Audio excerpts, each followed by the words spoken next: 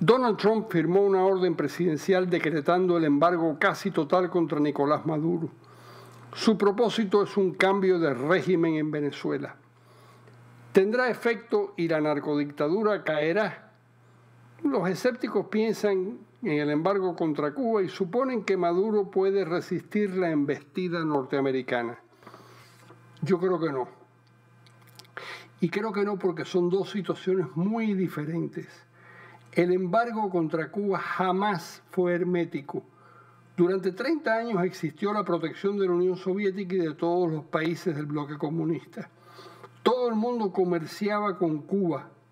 Japón, España, Argentina, Francia y Panamá tuvieron relaciones muy intensas con la isla y esta isla les dejó de pagar miles de millones de dólares.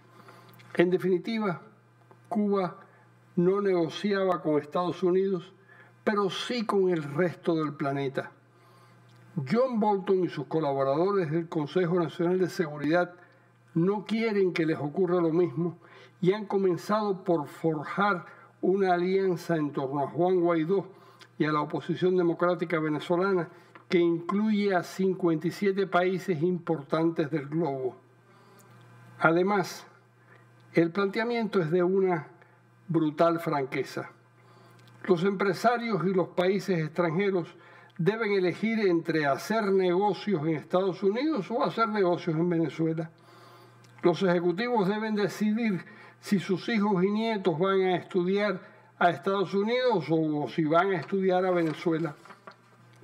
Las empresas y países tendrán que escoger entre realizar transacciones bancarias en Estados Unidos o en Venezuela.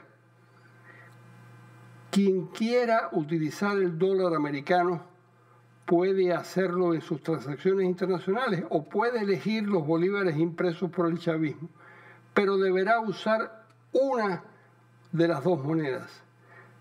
En ningún caso las dos. En cuanto a Rusia y China, el planteamiento es muy diáfano. Con los dos países, pero especialmente con China, Venezuela tiene contraídas enormes deudas. Si los dos países son parte de la solución, cobrarán sus cuentas, probablemente garantizadas por Estados Unidos. Si son parte del problema, no cobrarán nada.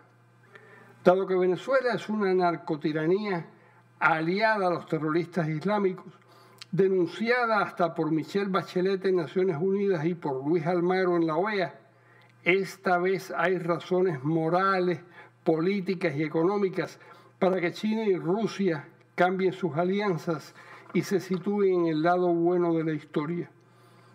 Así las cosas, yo no creo que esta vez el embargo americano sea improductivo.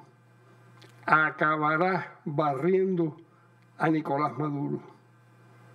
Les habló Carlos Alberto Montaner.